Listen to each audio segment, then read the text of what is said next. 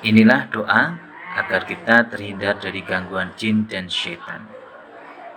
Bicara tentang ayat kursi, artinya kita bicara tentang satu ayat dalam Al-Quran yang paling istimewa.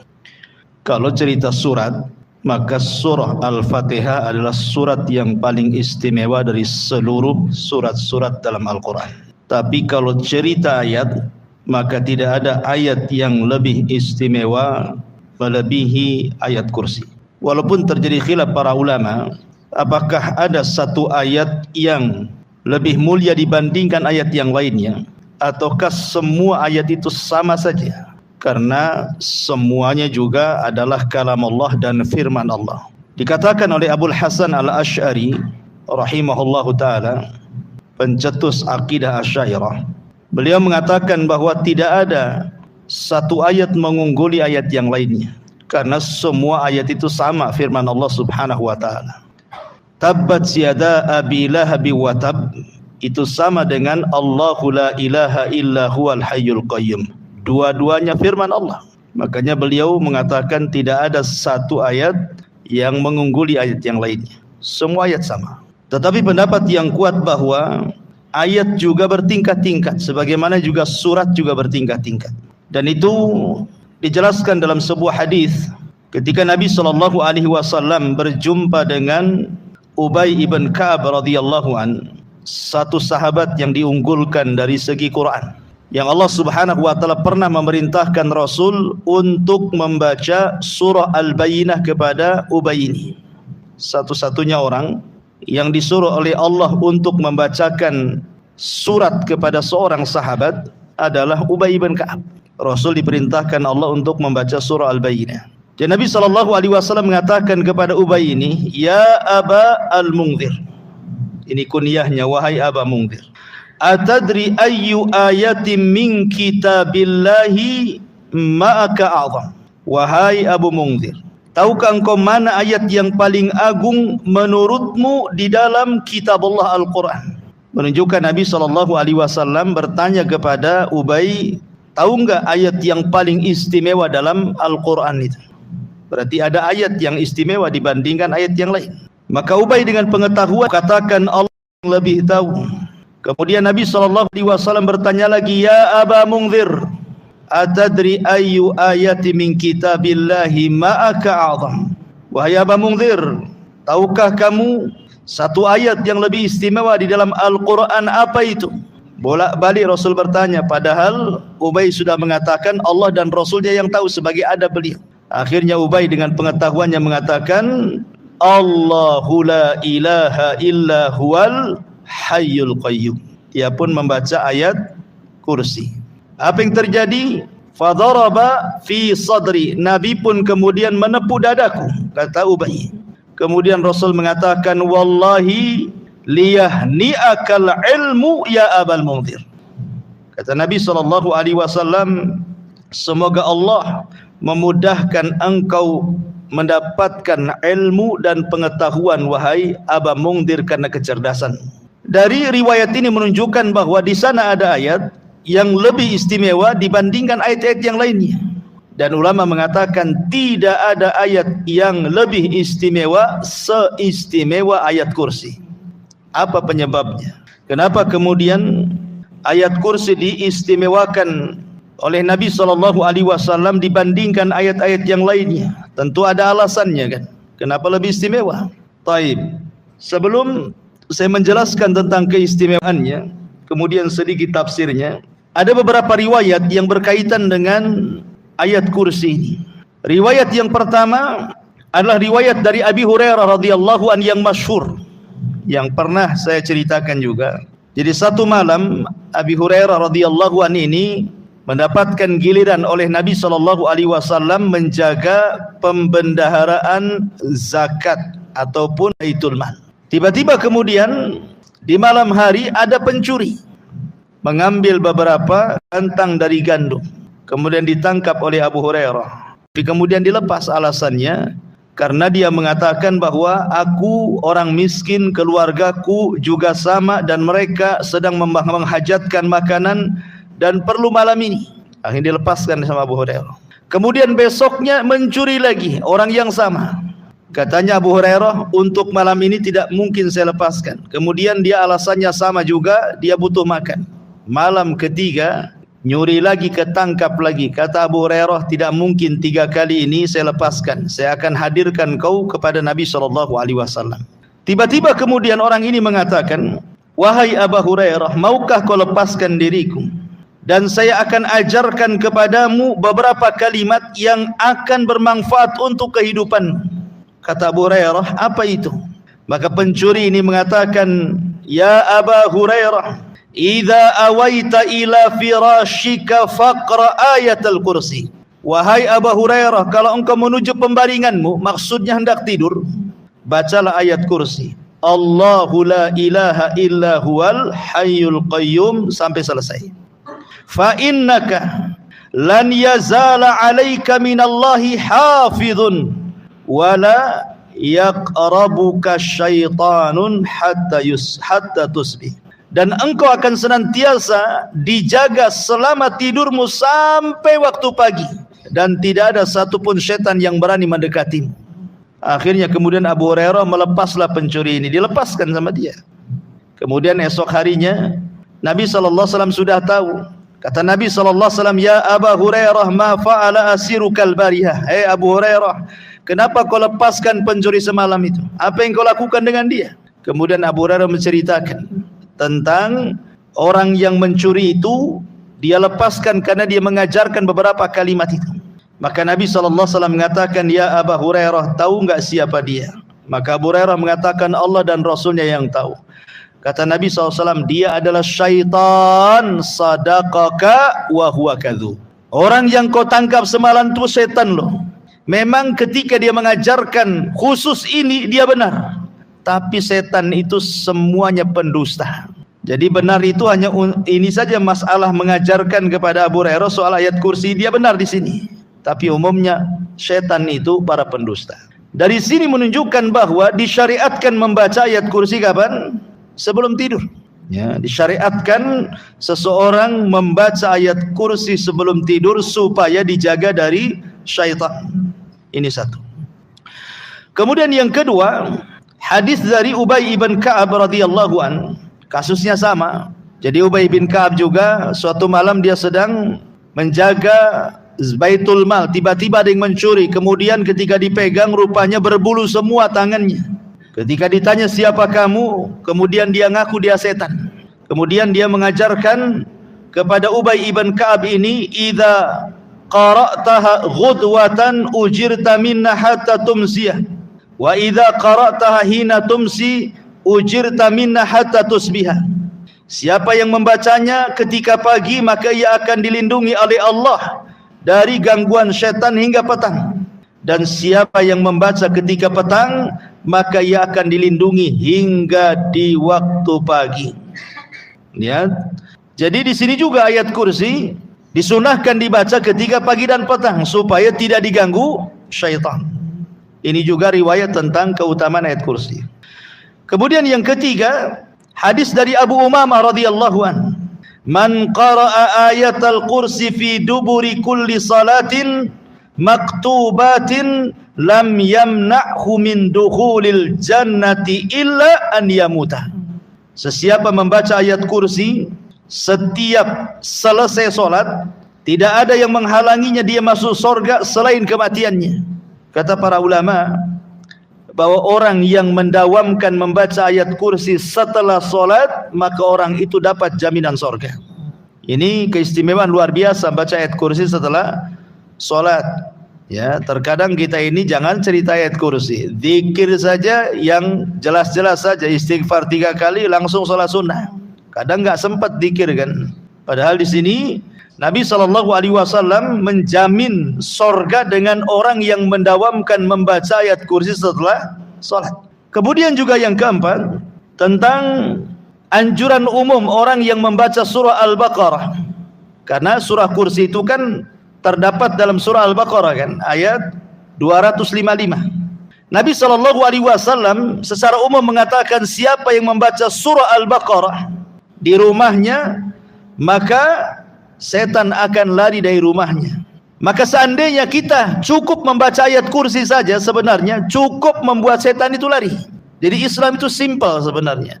Jadi kalau seandainya antum punya toko, merasa tokonya disihir orang, baca saja ayat kursi. Nanti setannya juga kabur. Setan rumah kok kayak angker, baca saja ayat kursi.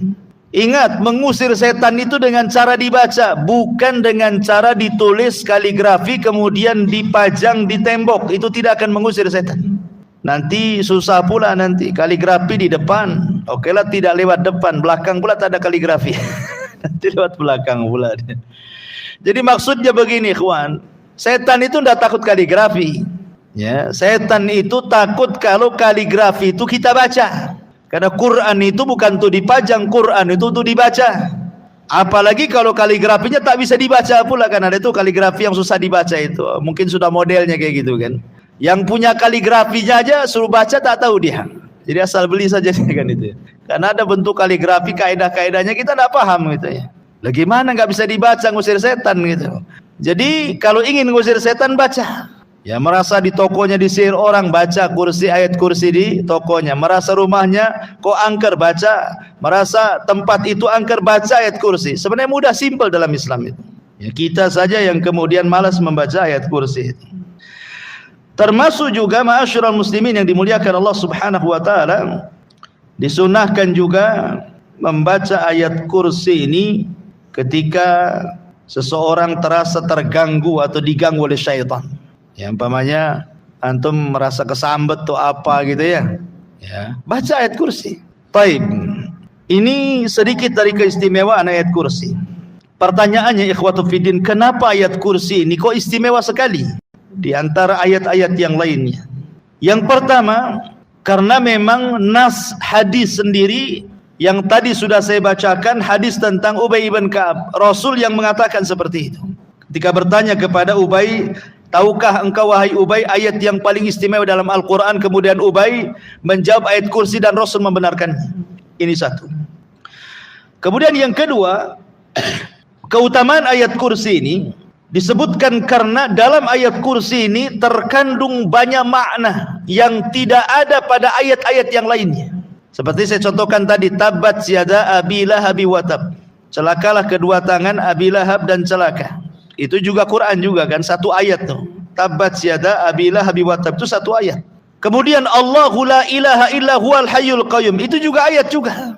Tapi kalau kita mau bedah tuh makna tabat yada abi lahabi wa tab dengan Allahu la ilaha illa huwal hayyul qayyum, maka Allahu la ilaha illa huwal hayyul qayyum itu tidak ada batas. Kalau kita mau menjelaskan mungkin perlu berhari-hari, perlu berjilid-jilid itu makna la ilaha illallah, tauhid itu. Makanya karena banyak terkandung makna yang tidak ada pada ayat yang lain, makanya kemudian ayat kursi ini diistimewakan dibandingkan ayat-ayat yang lain. Itu dari segi kandungan makna. Dari segi orang yang membacanya, orang yang mentadaburinya, orang yang memikirkannya, itu pun lebih istimewa dibandingkan ayat-ayat yang lainnya. Kemudian yang ketiga, hebatnya ayat kursi ini menurut Imam Nawawi rahimahullahu taala, Allah Subhanahu wa taala menyebutkan tentang usulu asmaillah, masdar daripada nama Allah Subhanahu wa taala, di mana seluruh nama-nama Allah itu kembali kepada satu nama ini. Apa itu? Allah. Allah mulai dengan kalimat Allah. Allahu la ilaha illa huwal hayyul qayyum.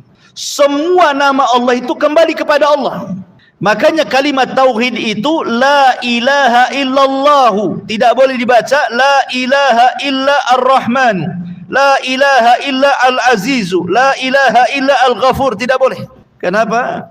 Karena kalimat ar-Rahman bisa saja maknanya bukan Allah. Seperti orang-orang musyrik jahiliyah, mereka mengatakan kepada si nabi palsu Musailamah al-Kadzdzab itu disebut Rahmanul Yamamah katanya.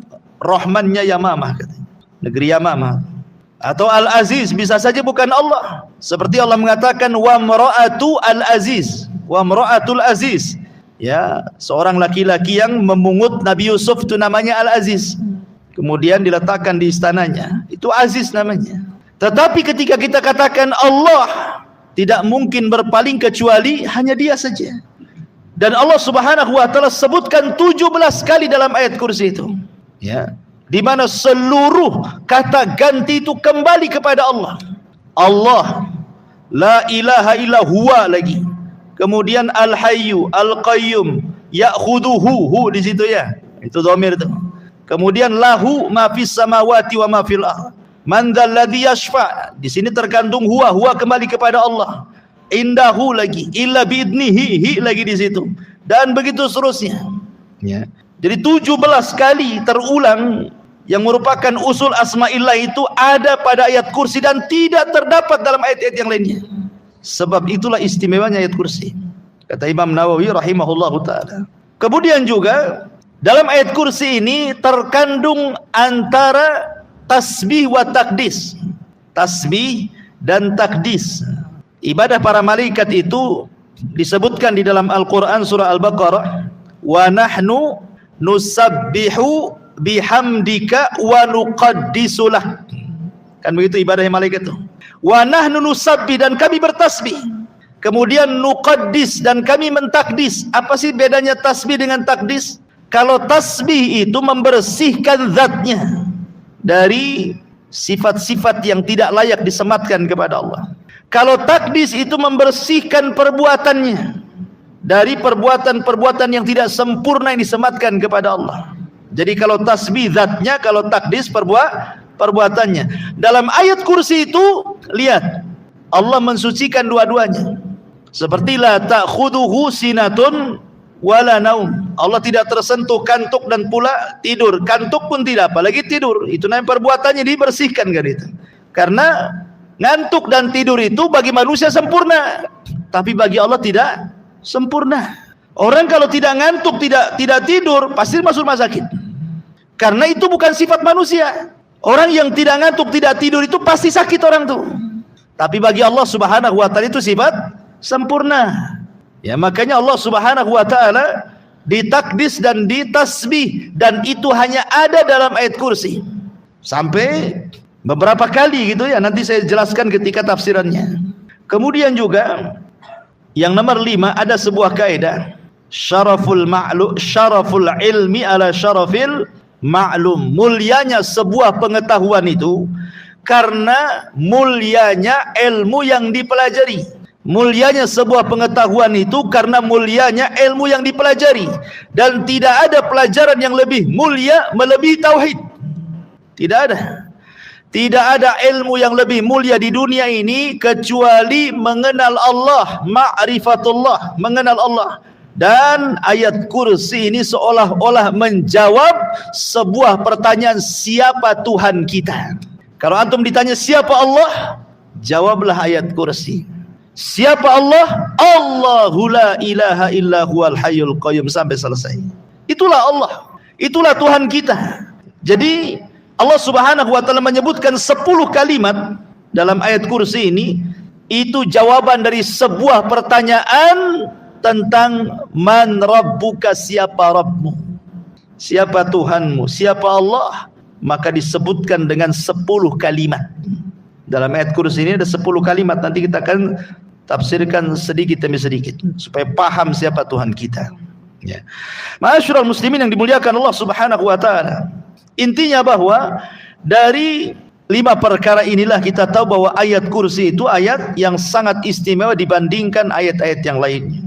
Adapun keutamaan, bukan hanya yang disebutkan banyak, seperti orang yang mendawamkan membaca surah ayat kursi ini akan dimudahkan rezekinya. Ya. Kemudian juga orang yang suka membaca ayat kursi itu dalam satu hari bisa berkali-kali, berarti orang itu betul-betul akan beriman kepada qadar dan qadar Allah, dan dia akan merasa dimudahkan kehidupannya. Kemudian juga orang yang membaca ayat kursi itu maka akan dihindarkan dari setiap mara bahaya. Dan orang yang membaca ayat kursi itu akan diberikan kesabaran dan bisa menghadapi semua musibah. Dan begitu seterusnya, bahkan bisa mengobati penyakit badan dan penyakit hati. Itu dari segi faedah ruhiyahnya. Taib, kita akan masuk sedikit pada tafsir singkatnya. Ma'asyiral muslimin yang dimuliakan Allah Subhanahu wa taala. Di sini Allah Subhanahu wa taala menghabarkan dirinya dengan 10 habar. Allah la ilaha illahu, ini satu. Allah al-hayyul qayyum. Allah la ta'khudhuhu sinatun wala naum. Allah lahu ma fis samawati wa ma fil ard. Allah man dhal ladzi yashfa'u indahu illa bi idzni. Allah ya'lamu ma baina aydihim wa ma khalfahum. Allah wa la yuhituna bi syai'in min ilmihi illa bima syaa. Allah wasi'a kursiyyuhu samawati wal ard. Allah wa la ya'udhuhu hifdhuhuma. Allah wa huwal aliyyul azim. Wa huwal aliyyul azim. Di sini Allah Subhanahu wa taala menghabarkan siapa dirinya dengan 10 habar. Yang pertama, Allah. Siapa Allah? Allah adalah la ilaha illahu.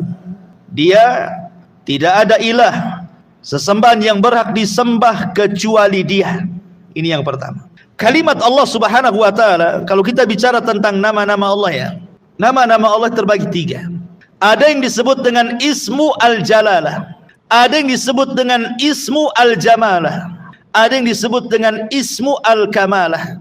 Jadi Ismu Al-Jalalah, Ismu Al-Jamalah, Ismu Al-Kamalah. Apa itu? Kalau kita belajar asma dan sifat, nama-nama dan sifat bagi Allah Subhanahu wa taala, kan ada buku tuh namanya buku tentang Asmaul Husna. Jadi Al-Jalalah itu maksudnya bicara soal nama Allah yang memiliki keagungan yang tidak dimiliki kecuali hanya Allah Subhanahu wa taala saja, dan melahirkan khauf bagi kita, perasaan takut. Ini yang pertama. Yang kedua, Al-Jamalah, nama Allah yang memiliki kelembutan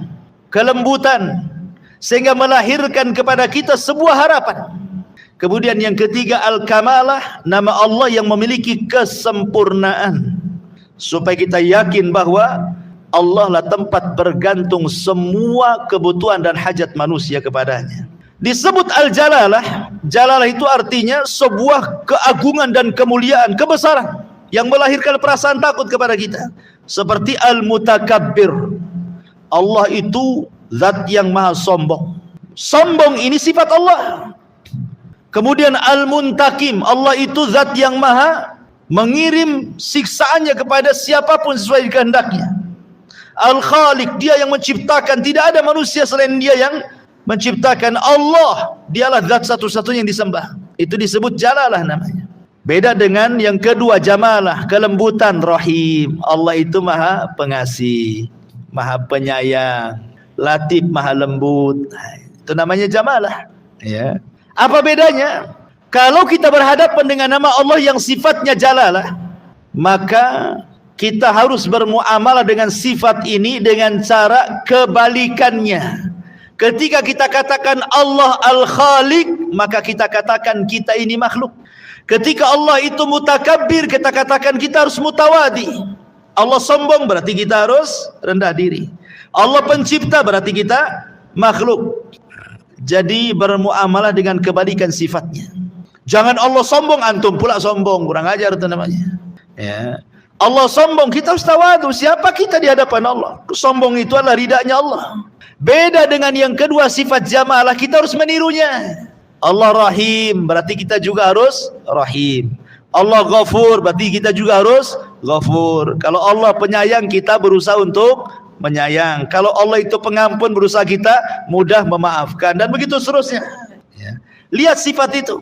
Masuk ke mana gitulah, sifat Jamalah atau sifat Jalalah. Allah itu sifat Jalalah. Allah itu artinya ma'bud, yang disembah.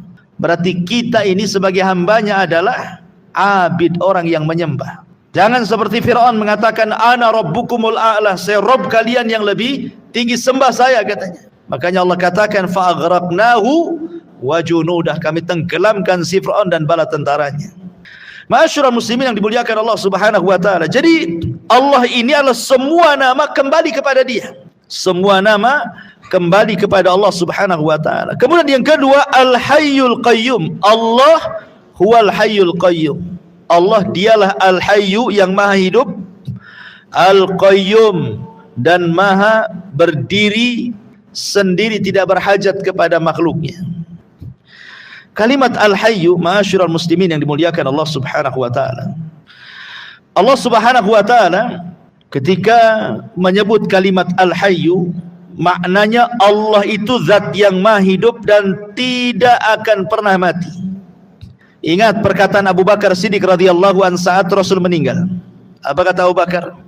Man kana ya'budullaha fa innallaha hayyun la yamut. Wa man kana ya'budu Muhammadan fa inna Muhammadan qad mat. Siapa yang menyembah Allah, kata Abu Bakar, Allah adalah zat yang hidup dan tidak akan pernah mati. Tapi siapa yang menyembah Muhammad, Muhammad itu sudah mati. Artinya apa di sini? Artinya Allah Subhanahu wa taala disifati dengan sifat hidup dan tidak didahului dengan kematian. Allah tidak pernah didahului dengan kematian, beda dengan manusia. Awalnya tidak ada, kemudian menjadi ada. Makanya Allah mengatakan hal ata 'alal insan hinum minad dahri lam yakun syai'an madhkura. Bukankah pernah datang kepada manusia waktu di masa yang ketika itu belum merupakan sesuatu yang bisa disebut, belum ada namanya langit, bumi, Adam, Hawa, manusia, fulan, tidak ada. Baru kemudian Allah ciptakan, barulah tersebut nama-nama itu. Tetapi Allah Subhanahu wa taala tidak ada dengan ketidakadaan. Allah itu senantiasa ada dan akan pernah ada dan akan terus ada. Karena dia tersifati dengan sifat hidup. Ketika Allah Subhanahu wa taala tersifati dengan sifat hidup, artinya semua hajat kita akan didengar oleh Allah Subhanahu wa taala. Karena zat yang hidup, maka dia akan melihat, dia akan mendengar, dia akan mengijabah, dia akan mengabulkan, dan begitu seterusnya. Kebalikannya, kalau zat itu mati, tidak bisa mengabulkan apapun permintaan kita. Lihat ketika Ibrahim menghancurkan patung-patung Namrud, kemudian palunya diletakkan di patung yang paling besar. Kemudian Namrud mengatakan, a'anta fa'alta hadza bi alihatina ya Ibrahim. Hai Ibrahim, kau yang melakukan menghancur-hancurkan patung-patung ini ya, katanya. Kata Ibrahim, tidak. Yang menghancurkan itu loh berhala yang gede, itu palunya ada di situ, katanya. Ya. Coba saja tanya, in kanu yantiqun, kalau mereka bicara, katanya. Tanya saja kalau mereka bicara. Ibrahim ingin mengatakan dengan kalimat, jika mereka bicara, katakan ini loh patung mati. Jangan lagi diajak bicara, bicara pun tidak bisa.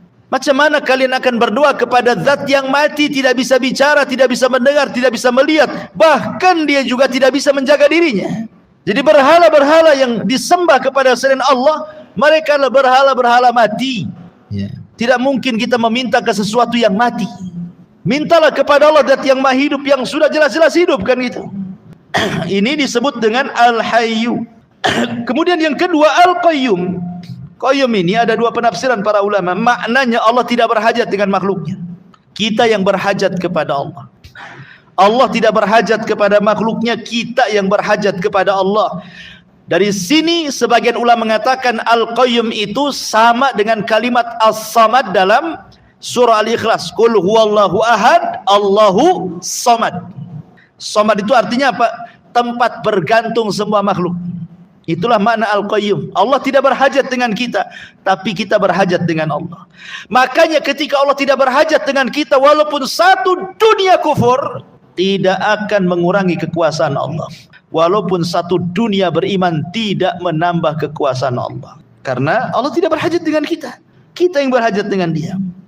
Makna yang kedua, dan yang dikuatkan oleh banyak ahli tafsir, Al-Qayyum di situ artinya Allah Subhanahu wa taala Qayyum, berdiri untuk memberikan semua hajat hamba-hambanya. Kita lihat manusia itu kan macam-macam hajatnya. Ada yang minta sembuh, ada yang minta rizki, ada yang minta kaya, ada yang minta jodoh, ada yang minta hujan, ada yang minta panas. Macam-macam lah orang itu minta di dunia ini.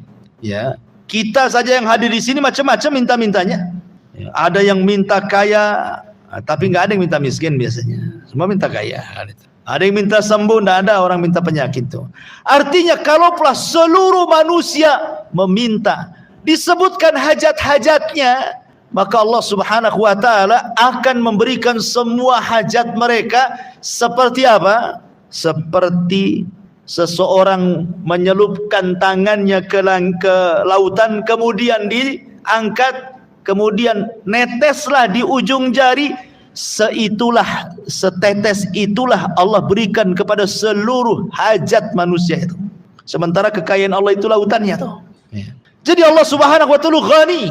Yang diberikan kepada makhluk itu hanya setetes. Dari setetes ini ada yang menjadi kaya, ada yang jadi sultan, ada yang jadi menteri, ada yang jadi presiden, ada yang jadi profesor, macam-macam. Yang satu tetes ini. Gimana dengan lautan Allah Subhanahu wa taala itu? Makanya heran kalau para ulama dulu melihat kita ini seolah-olah kita ini mengejar yang satu tetes tapi meninggalkan yang lautan.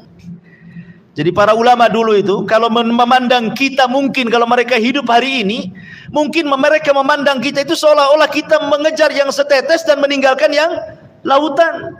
Ya, ibaratnya mungkin antum lempar satu butir gula ke 1000 semut, pasti rebutan tuh. Ya, yang satu butir itu direbutkan orang-orang tuh. Padahal ngapain dia ngejar satu tetes sementara lautan terbentang lebar. Ya, karena dunia itu terkadang terhalang pandangan lautan dan hanya terpandang kepada yang satu tetes itu. Orang nggak yakin dengan sorga masalahnya dan yakin dengan dunia, makanya mengejar yang satu tetes dan meninggalkan yang satu lautan itu.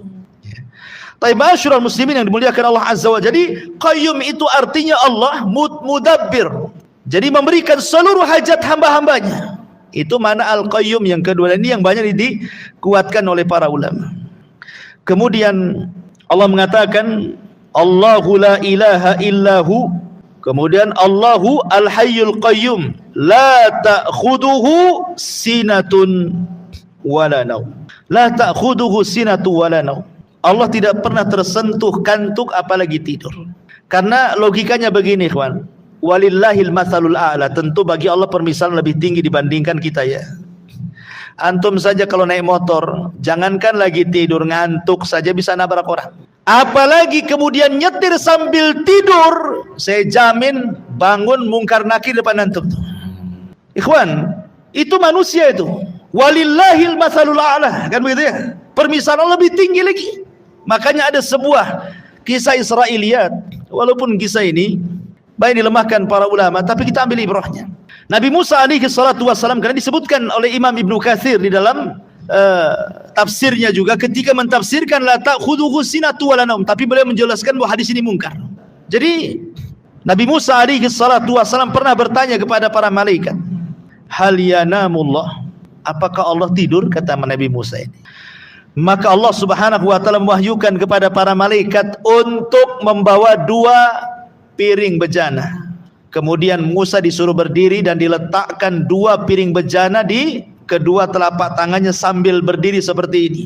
Pegang wahai Musa. Jadi ini 1 piring di tangan kanan, 1 piring di tangan kiri, kemudian diisi air 2 bejana tersebut. Musa tidak paham. Untuk apa? Kata malaikat, sudah pegang saja sambil berdiri. Sampai kapan? Sudah pegang saja sambil berdiri. Jadi Musa itu begini saja lama ngantuk akhirnya dia. Ketika ngantuk, jatuh pula yang sebelah kanan, perang. Oh, beta terbangun lagi. Dia masih bertahan satunya lagi, ngantuk lagi, jatuh lagi, perang. Dua-duanya akhirnya jatuh kemudian pecah. Kata malaikat, ya Musa, kalau Allah tersentuh ngantuk apalagi tidur, seperti itulah alam semesta, seperti 2 bejana yang ada di tanganmu tuh. Ya. Kalau seandainya Allah tidur, sudah tabrakan tuh. Bulan, bumi, bintang, galaksi di langit itu sudah kiamat tuh. Kalau sampai Allah tersentuh ngantuk dan tidur, kiamat di dunia ini. Siapa yang mengkontrolnya? Yang mengontrolnya tidur. Ya. Masyarul muslimin, lihat orang nahkoda kapal saja kadang-kadang dia nabrak-nabrakan gitu ya. Mobil saja kalau ngantuk ketabrak-tabrak gitu. Itu logisnya seperti itu. Jadi mustahil Allah itu tersentuh tidur dan apalagi tersentuh ngantuk, apalagi tidur, karena 2 sifat ini adalah sifat yang kurang bagi Allah, tapi sempurna bagi manusia. Manusia ini kadang-kadang nggak sempat ngantuk, tidur pun ada. Ya, tengok bantal guling nggak sempat ngantuk, langsung tidur dia. Ya, ada tuh orang kayak gitu tuh. Ya. Tapi umumnya ngantuk dulu baru tidur, dan itu sempurna bagi manusia. Kalau manusia ngantuk tidur sempurna, memang ada manusia. Justru kalau anda tidak ngantuk, tidak tidur, pasti ke rumah sakit minta obat tidur. Karena tidak sempurna sifat itu. Tapi bagi Allah Subhanahu wa taala tidak ngantuk dan tidak tidur adalah sebuah kesempurnaan untuk menjaga keamanan alam semesta ini. Baik, ma'asyiral muslimin yang dimuliakan Allah Subhanahu wa taala. Kemudian Allah mengatakan, lahu ma fis samawati wa ma fil ardh. Yang keempat, Allah menghabarkan dirinya. Siapa Allah? Maka Allah katakan, lahu ma fis samawati wa ma fil ardh. Kepunyaan Allah lah yang ada di langit dan yang ada di bumi. Tidak ada satupun makhluk dari sesembahan-sesembahan yang disembah manusia memiliki sedikit pun dari kekuasaan Allah, walaupun sebiji ari sekalipun. Makanya Allah Subhanahu wa taala mengatakan, ayusyrikuna ma la yakhluqu syai'an wa hum yukhlaqun wa la yastati'una lahum nasra wa la anfusahum yansurun. Apakah mereka mempersekutukan Allah dengan berhala-berhala yang tidak dapat menciptakan satu apapun, bahkan mereka tercipta. Bahkan Allah mengatakan, innal ladzina tad'una min dunillahi lan yakhluqu dubabah. Orang sesembahan yang kau sembah selain Allah itu menciptakan lalat saja tidak sanggup, apalagi menciptakan langit dan bumi. Semut lalat saja tidak bisa. Sesuatu yang tidak bisa menciptakan layak disembah, tidak layak. Sesuatu yang menciptakan langit dan bumi layak disembah, ya layak disembah. Karena dia yang menciptakan langit dan bumi, sudah layak kita sembah dia. Pertanyaannya, kenapa Allah Subhanahu wa taala menciptakan langit dan bumi? Apa faedahnya? Apa hikmahnya, ikhwan? Kenapa Allah menciptakan langit dan bumi itu untuk apa? Kalau ada yang bertanya seperti itu kan, maka jawabannya disebutkan dalam suratul Najm. Allah Subhanahu wa taala mengatakan, walillahi ma fis samawati wa ma fil ard liyazziyal ladzina asa'u bima amilu wa yazziyal ladzina ahsanu bil husna. Inilah, kalau antum ditanya kenapa Allah menciptakan langit dan bumi, apa faedahnya, apa tujuannya, jawab dengan ayat ini. Allah katakan, walillahi ma fis samawati wa ma fil ard. Milik Allah lah semua yang ada di langit dan semua yang ada di bumi. Untuk apa? Liyazziyal ladzina asa'u bima amilu.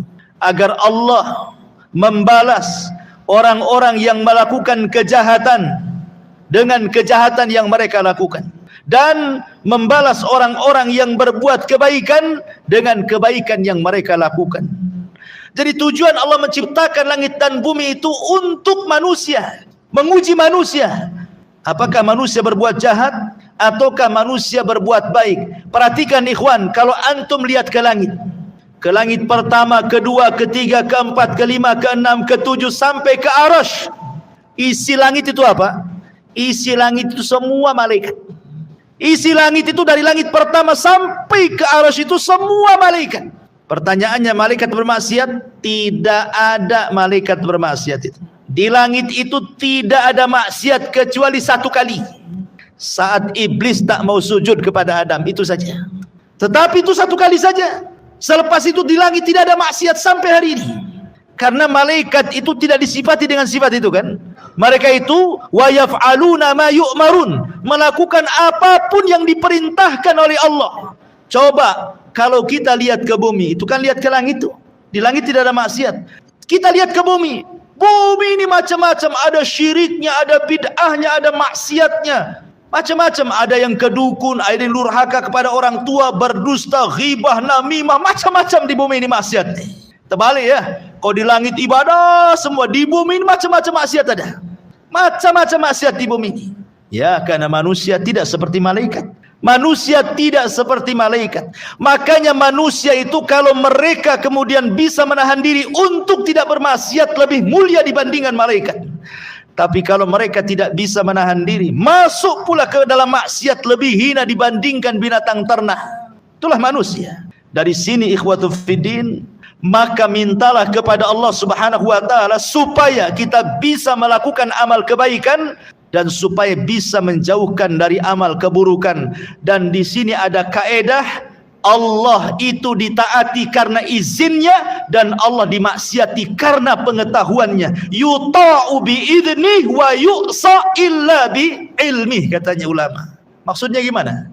Allah ditaati bi'idnih karena izinnya, wa yu'sa illa bi'ilmi, dan apa Allah dimaksiati kecuali karena pengetahuan Allah. Ini sebuah kaidah nih. Ya. Allah ditaati karena izinnya, Allah dimaksiati karena pengetahuannya. Maksudnya begini, ikhwan. Kalau Anda salat, zakat, puasa, haji, birrul walidain, berzikir, baca Quran, oh ibadah antum lakukan, antum jamin ibadah antum diterima? Tidak. Tidak ada jaminan ibadah kita diterima.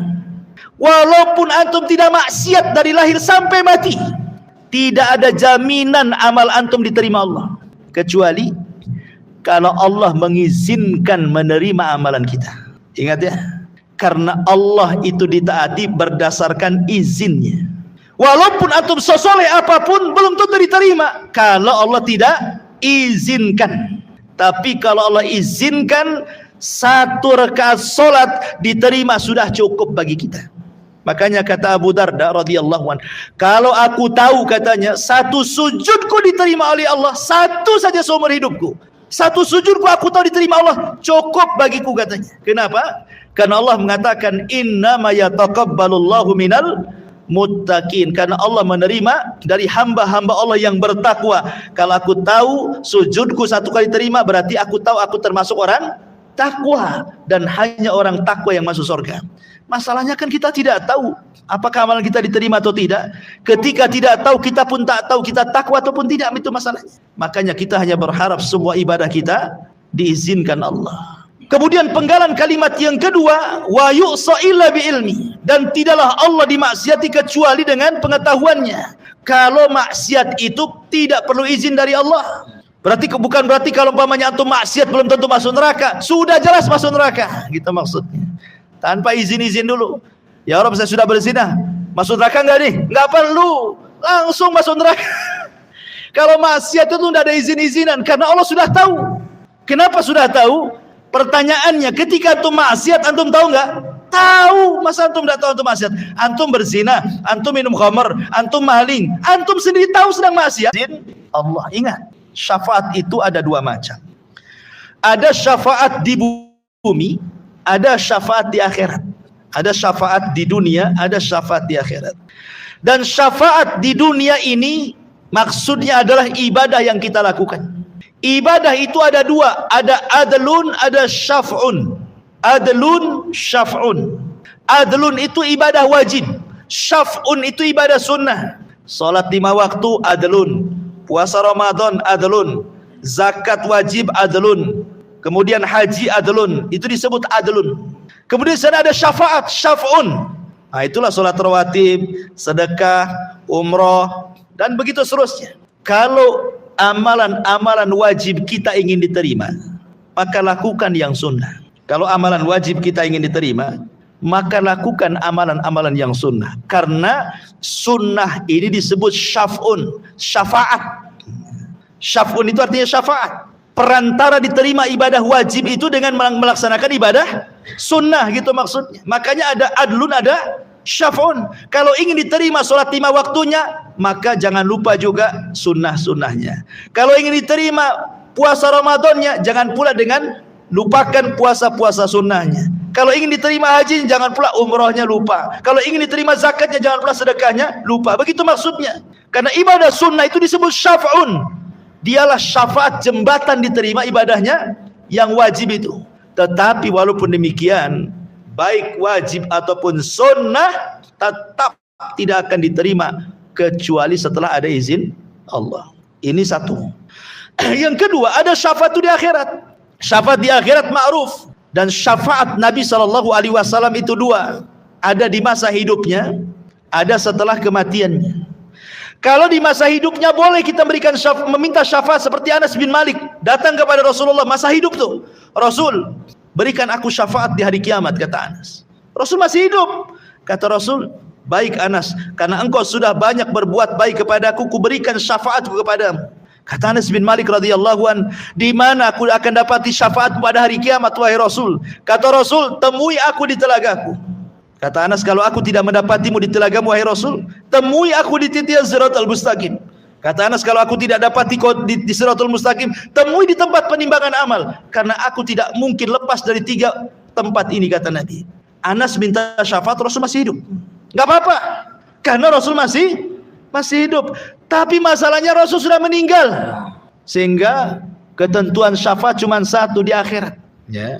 Dan yang bisa mendapatkan syafaat Rasul di akhirat itu adalah orang-orang yang banyak beribadah di dunia. Bukan orang yang datang ke kuburan Nabi atau ke kuburan orang-orang saleh, bukan. Perbanyak solat, perbanyak puasa, perbanyak sedekah, perbanyak amal soleh, cintai, dapat syafaat. Maka Nabi SAW nanti pada hari kiamat dia akan datang kepada Allah Subhanahu wa taala. Setelah manusia datang ke Adam tak bisa, Nuh tak bisa, Musa, Ibrahim, Isa tak bisa. Rasul yang menghadap Allah. Kemudian sujud lama sekali. Kemudian Allah mengatakan, irfa ra'saka ya Muhammad, angkat kepalamu wahai Muhammad. Apa kata Allah? Sal tu'ta, qul tusma, ishfa tushaffa. Katakan kau didengar, minta kau diberi, mintalah syafaat, ku beri kau syafaat. Dari sini menunjukkan Nabi saja tidak bisa memberikan syafaat kecuali setelah dapat izin Allah. Makanya dari sini, man dzalladzi yashfa'u indahu illa biidznih, kecuali dengan izin Allah. Tidak ada yang bisa beri syafaat kecuali dengan izin Allah Subhanahu wa taala. Makanya ngawur kalau ada umpamanya kiai, ya, ikut kelompok kami, nanti kalau masuk neraka ku lempar serbanku, tinggal tangkap, ku tarik kau ke neraka, ku lempar kau ke surga. Enak kali itu. Kan ada tuh yang kayak gitu. Itu jemaah mana tuh? Saya lihat di Malaysia itu, di YouTube katanya. Tenang, kalau kalian ikut jemaah kami tenang katanya. Nanti kalau kalian masuk neraka, kuulurkan serbanku katanya. Tinggal tangkap saja, ku tarik, ku masukkan ke kosong. Nabi saja nggak main gitu, ngadap dulu sama Allah. Ini nggak main lempar serban saja. Hebat lagi dari Nabi. Kan itu. Masyarul muslimin yang dimuliakan Allah Azza wa Jalla. Ini yang kelima. Kemudian yang keenam, Allah. Siapa Allah itu? Ya'lamu ma baina aydihim wa ma khalfahum. Allah mengetahui apa yang di depan mereka dan apa yang di belakang mereka. Apa yang dimaksud di depan, di belakang di sini? Maksud di depan itu maksudnya dunia. Di belakang itu maksudnya akhirat. Maksudnya Allah Maha tahu baik urusan dunia ataupun urusan akhirat. Allah itu tahu semuanya. Di dunia Allah Maha tahu, di akhirat pun Allah Maha tahu. Wala yunabbi'uka mithlu khabir.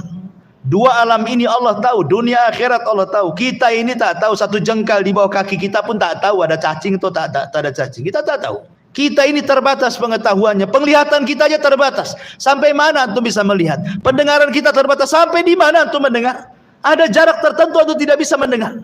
Ya. Karena manusia itu makhluk yang lemah. Allah itu mengetahui yang telah, yang sedang, dan yang akan datang. Bahkan perkara yang mustahil terjadi, kalau terjadi Allah tahu. Anggaplah sesuatu itu mustahil terjadi, tapi kalau terjadi Allah tahu.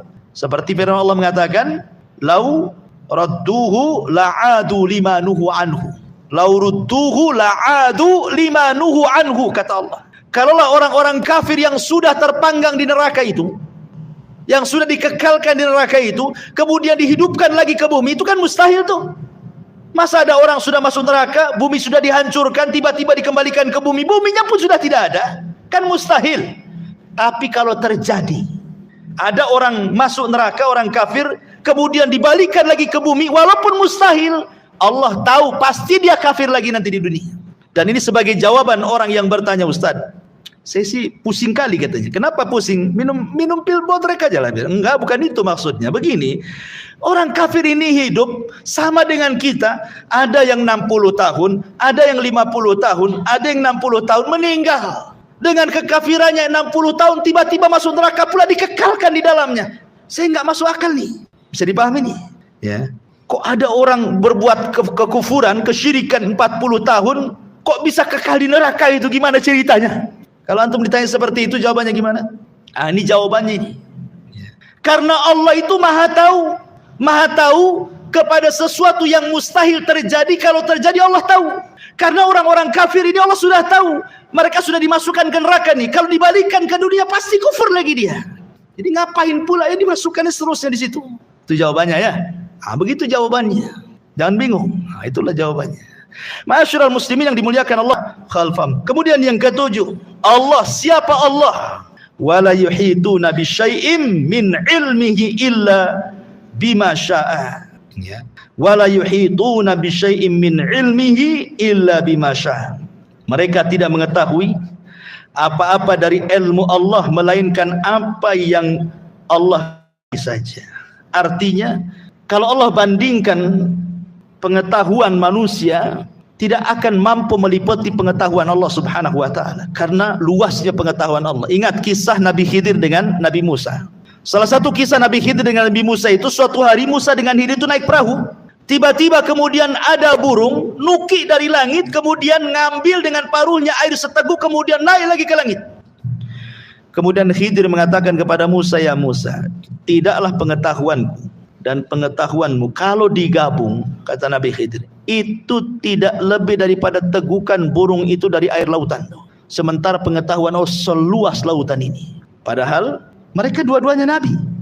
Tapi pengetahuan keduanya itu ibarat satu tegukan saja. Itulah pengetahuanku dan pengetahuan kamu. Ya, karena Allah mengatakan wa ma utitu min ilmin illa qalila. Tidaklah kami diberikan ilmu kecuali sedikit.